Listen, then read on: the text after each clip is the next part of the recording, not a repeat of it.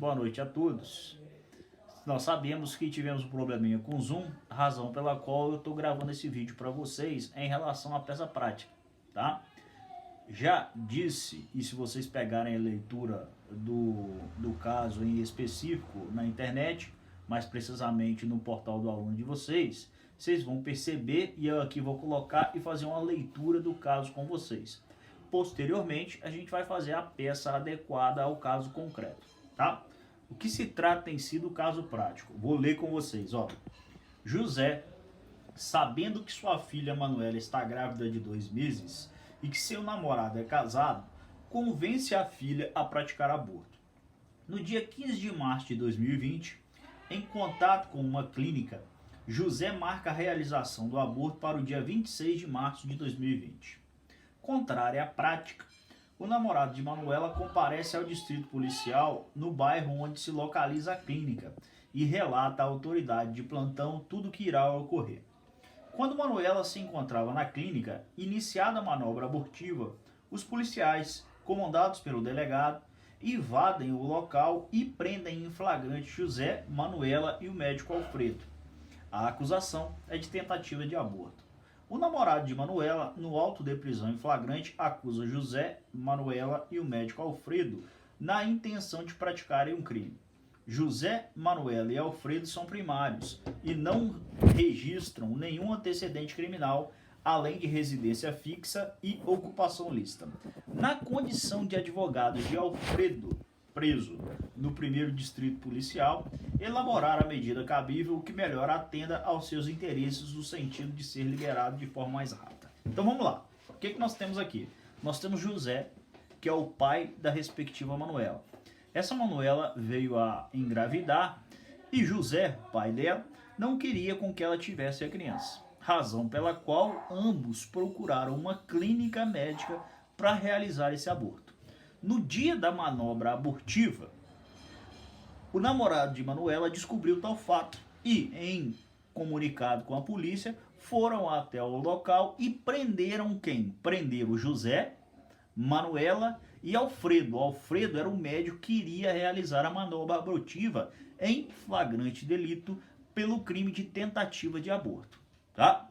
Aí, Alfredo, que era o médico que eventualmente iria praticar a conduta criminosa, veio a ser preso em flagrante e te contratou. Contratou para que você possa fazer a defesa dele no caso em concreto. Entenda, nós já previmos no caso em concreto que a prisão aqui é regular, ou seja, que o auto de prisão em flagrante foi feito dentro da legalidade, uma vez que, a princípio, Alfredo está praticando uma infração criminal do delito de aborto previsto lá no artigo 126 do Código Penal, razão pela qual não podemos, eventualmente, fazer um pedido de relaxamento de prisão em flagrante. Nós já sabemos que o relaxamento de prisão em flagrante só ocorre quando a prisão for ilegal, ou seja, como a prisão aqui deu-se de forma legal, não há que se falar em relaxar essa prisão. Então, a gente afasta da nossa peça eventual pedido de relaxamento de prisão em flagrante. Mas o que a gente quer? A gente quer é colocar imediatamente o nosso cliente, o Alfredo, o médico, em liberdade. Razão pela qual a peça adequada por nós a ser feita é necessariamente um pedido de liberdade provisória.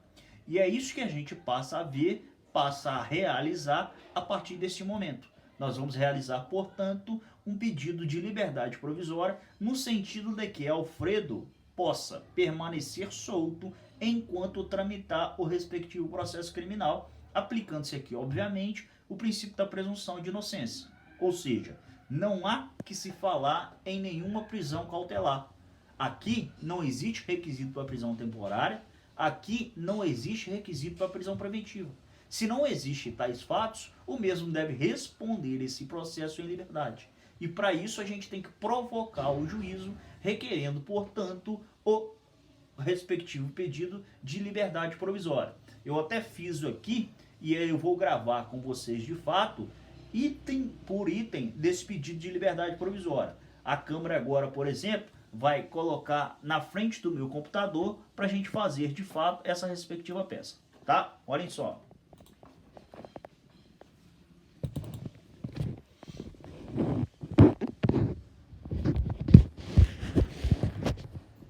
Estou abrindo aqui para vocês o pedido de liberdade provisória. Primeira coisa, senhores, e obviamente vocês já sabem, é que nós temos que analisar qual o juízo competente para analisar a nossa peça. Olha, ele está respondendo, vai responder eventualmente, por um crime de tentativa de aborto. Aborto é crime contra a vida. Se aborto é crime contra a vida, a gente tem que endereçar a nossa peça necessariamente para o tribunal do júri. Por isso que o cabeçalho da nossa peça é necessariamente conforme ali está descrito, ó. Excelentíssimo senhor doutor juiz de direito da vara especial do tribunal do júri da comarca de... Aí eu coloquei 3 pontinhos, porque a questão não disse necessariamente o local da prática do crime. E o F, que é o local, o estado, a questão não falou, então a gente não pode colocar. Então o endereçamento da nossa peça é necessariamente ao tribunal do júri, pois se trata de crime doloso contra a vida.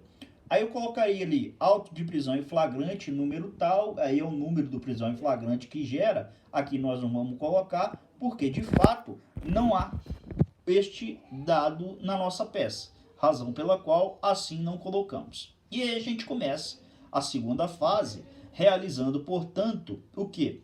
Realizando a qualificação do nosso cliente. Nosso cliente, já sabemos, é o senhor Alfredo. Então a gente coloca, ó, Alfredo, nacionalidade, estado civil, profissão, portador da cédula de identidade número tal, inscrito no cadastro de pessoas físicas do Ministério da Fazenda, número tal, vocês poderiam aí colocar inscrito no CPF, número tal, tanto faz, tá? Aí, endereço, residente, domiciliado, no local tal, rua tal, número tal, cidade tal e assim sucessivamente.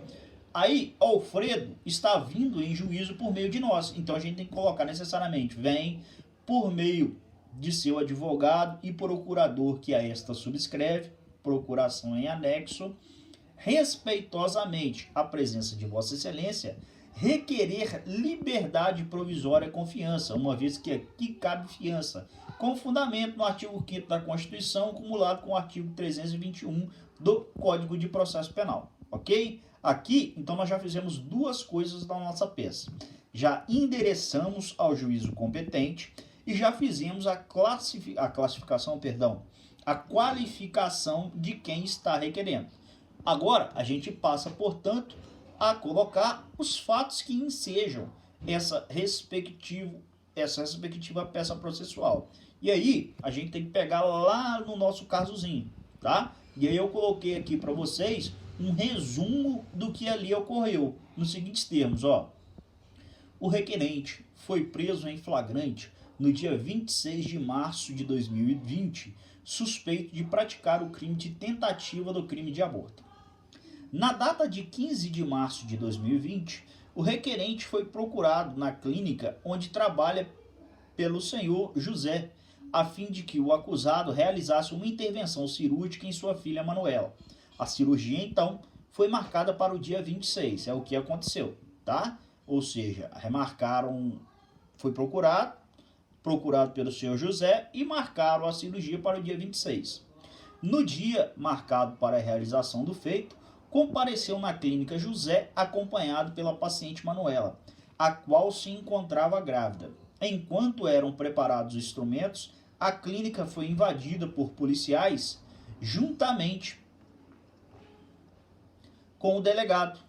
E aí, o que o delegado fez?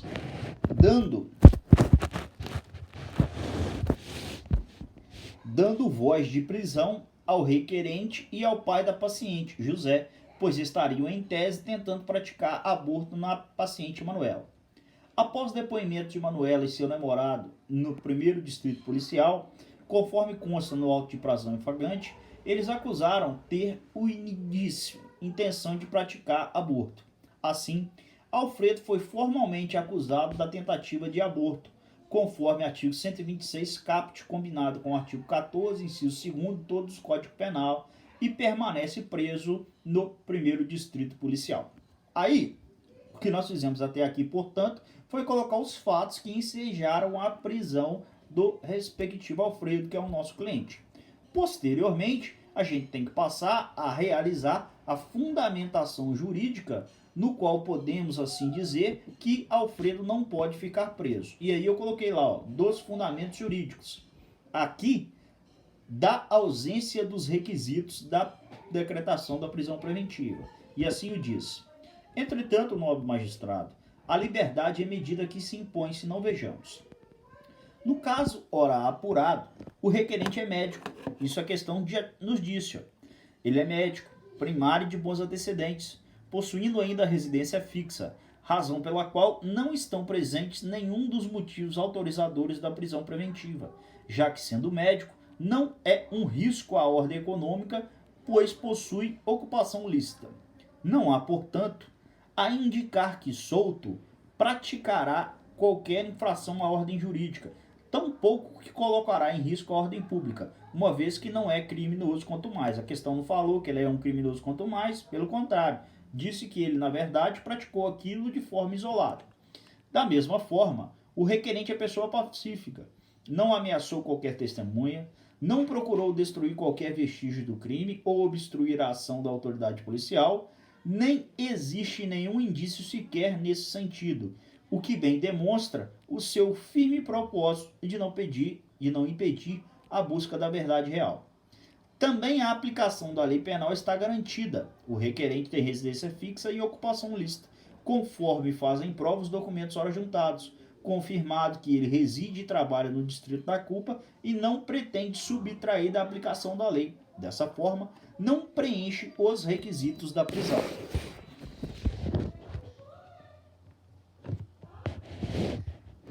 Por fim, o crime ora imputado ao acusado tem pena de reclusão de 1 a 4 anos, não preenchendo os requisitos do artigo 313, inciso 1º do Código de Processo Penal, não sendo assim admitido prisão preventiva.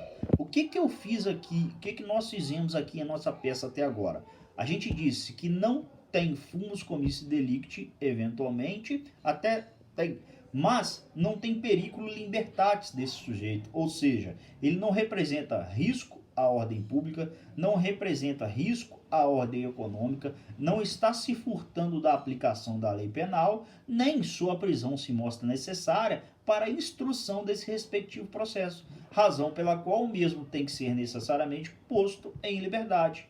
Lá do outro, o artigo 313, inciso 1º, permite apenas e tão somente, óbvio, ressalvadas as exceções do inciso 2º, do inciso 3º do parágrafo único, que não se aplica neste caso aqui em concreto, que a prisão preventiva só deverá ser realizada com os crimes cuja pena for maior que 4 anos. Aqui, o crime é de até 4 anos, então ele tem que ser posto em liberdade. E aqui coloquei aqui, senhores, conforme disposto na Constituição, e continuei a peça dizendo: dessa forma, a liberdade provisória do requerente é medida de justiça, devendo ser concedido de imediato.